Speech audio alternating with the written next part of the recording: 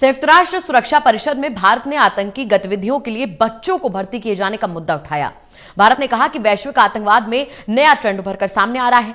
आतंकी संगठन अपने नापाक इरादों के लिए बच्चों की भर्ती कर रहे हैं। ऐसे आतंकी संगठनों की जल्द पहचान करके उनके खिलाफ कार्रवाई करने की मांग की गई है।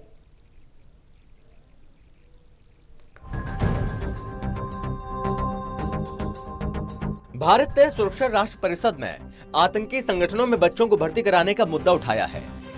सुरक्षा परिषद में भारत के स्थायी उप प्रतिनिधि के नागराज नायडू ने कहा, वैश्विक आतंकवाद में नया ट्रेंड उभरकर सामने आ रहा है। आतंकी संगठन अपने नापाक इरादों के लिए अब बच्चों की भर्ती कर रहे हैं। आतंकी संगठनों के लिए बच्चों को फुसलाना सबसे आसान है।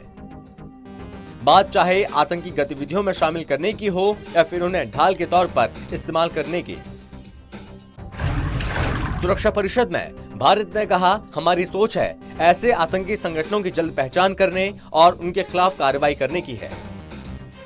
ये पहली बार नहीं है, इससे पहले भी कई बार भारत ने संयुक्त राष्ट्र सुरक्षा परिषद में आतंकी गतिविधियों और संगठनों की बात सामने रख चुका है।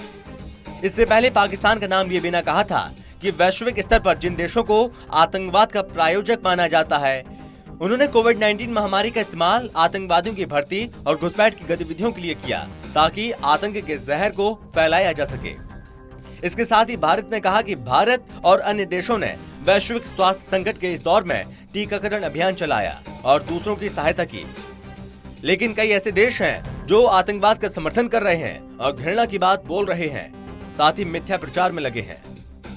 आतंकियों के लिए बच्चों को शिकार बनाना सबसे आसान तरीका है। आतंकी बच्चों को आसानी से राह भटकाते हैं। वे इनका इस्तेमाल आतंकी गतिविधियों के साथ साथ अपनी सुरक्षा के लिए भी करते हैं।